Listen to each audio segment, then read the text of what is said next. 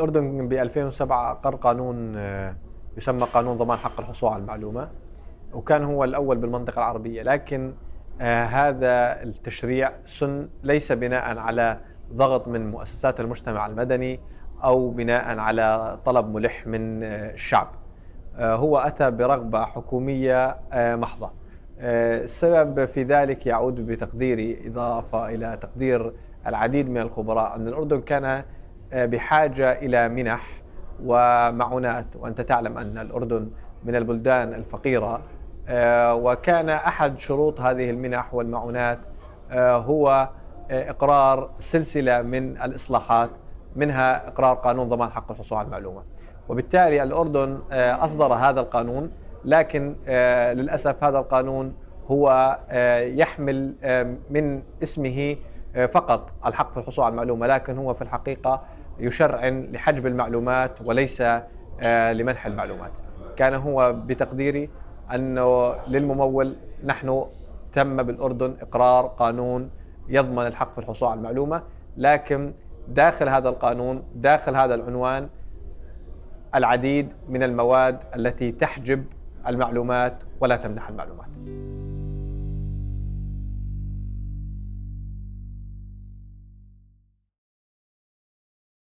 أول شيء أنه المظلة القانونية والتشريعية لقانون لضمان حق الحصول على المعلومات بالأردن هي مظلة هشة للأسف. القانون ضعيف، القوانين المجاورة لها أولوية التطبيق على القانون الأردني، وهذه أيضا القوانين للأسف تحجب المعلومات ولا تمنح المعلومات. أيضا الثقافة السرية سائدة في الأردن لدى الموظفين العموميين ولدى الأجهزة الحكومية، وبالتالي للأسف لم يحدث هذا القانون اختراقات كبيرة. أيضا القانون لم يساعد الموظف الذي يريد أن يمنح المعلومات على أن يمنح المعلومات. لماذا؟ لأن هناك أكثر من 10 استثناءات داخل هذا القانون، وهذه الاستثناءات فضفاضة، ويستطيع الموظف العام أو الإدارة العامة أن تدخل داخل هذه الاستثناءات الفضفاضة كل المعلومات التي تحتفظ بها السلطة، وبالتالي هذا يساهم في تعطيل قانون ضمان حق الحصول على المعلومة.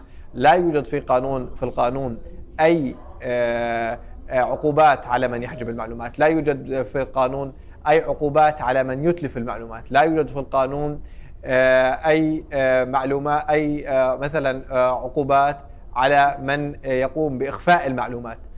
كل ما في القانون هو أن السلطة تستطيع أن تحجب المعلومات، وأن هذه المعلومات سرية.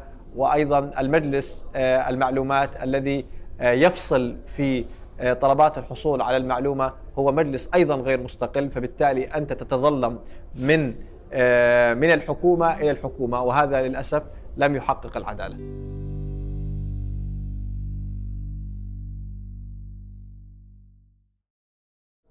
كان هناك مثال في غاية الأهمية سنة 2013. عندنا قانون يسمى قانون إشهار الذمة المالية. قانون إشهار الذمة المالية يطلب من النواب والوزراء والأعيان ومن هم في المنصب الرسمي بمستوى عالي أن يقوموا بإشهار ذمتهم المالية منعا للفساد. نحن تقدمنا بطلب حصول على المعلومة لدى وزارة العدل، لدى دائرة إشهار الذمة المالية. الهدف أن نحصل على أسماء النواب والوزراء والأعيان الذين أشهروا ذمتهم المالية والذين لم يشهروا ذمتهم المالية، لكن الحكومة ودائرة إشهار الذمة المالية قالت أن هذا الطلب لا يمكن الإجابة عليه لأن هذه المعلومات سرية. نحن تقدمنا إلى مجلس المعلومات.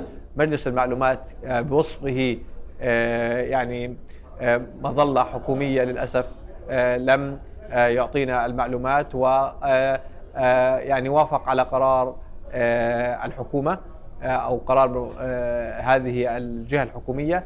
أيضا ذهبنا إلى القضاء، للأسف كمان القضاء لم ينصفنا. هناك العديد من قضايا الفساد التي ارتكبت من قبل مسؤولين مكلفين بإشهار الذمة المالية وحققوا ثراء غير مشروع، ولكن للأسف لم نحصل على المعلومات.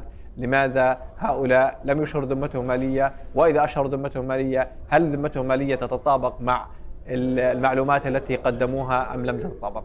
للأسف كان هذا ساهم في حجب المعلومات وليس في إرساء الشفافية وإعطاء المعلومات لطالبيها.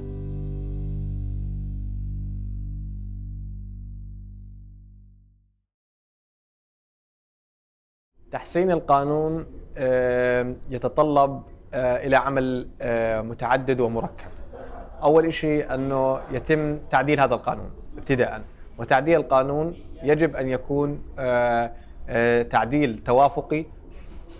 تجلس الحكومة، مؤسسات المجتمع المدني، البرلمان، الإعلام، كل من له مصلحة في هذا القانون أن يجلسوا سويا مع بعضهم البعض ويختاروا الصيغة المثلى لهذا القانون بحيث يساهم في تدفق المعلومات بحدها الأقصى، مع الحفاظ على المعلومات التي ترى بها الدولة أنها ربما سرية، مثل تتعلق بالأمن الوطني وإلى آخره، وأن يراعي هذا القانون الممارسات الفضلى.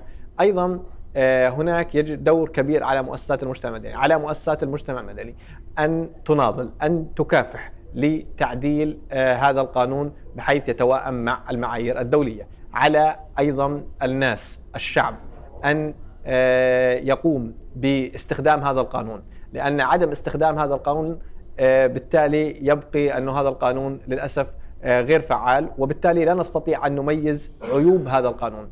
الممارسة الفضلى أن نقوم نحن باستخدام هذا القانون، نبين مشاكل هذا القانون، ومن ثم نتجه إلى أمر آخر اللي هو التظلم لدى مجلس المعلومات أو اللجوء إلى المحاكم، وهذا يدخل في إطار التقاضي الاستراتيجي، بحيث أنه نقوم بعمل سوابق قضائية. هذه السوابق القضائية والسوابق القانونية تكون لصالح طالب المعلومة وليس لصالح الحكومة التي ترغب دائما بحجب المعلومات. أيضا يجب أن نقوم بتدريب الموظف العمومي على ثقافة الشفافية وعلى محاربة السرية وثقافة السرية الموجودة لدى الموظف العام.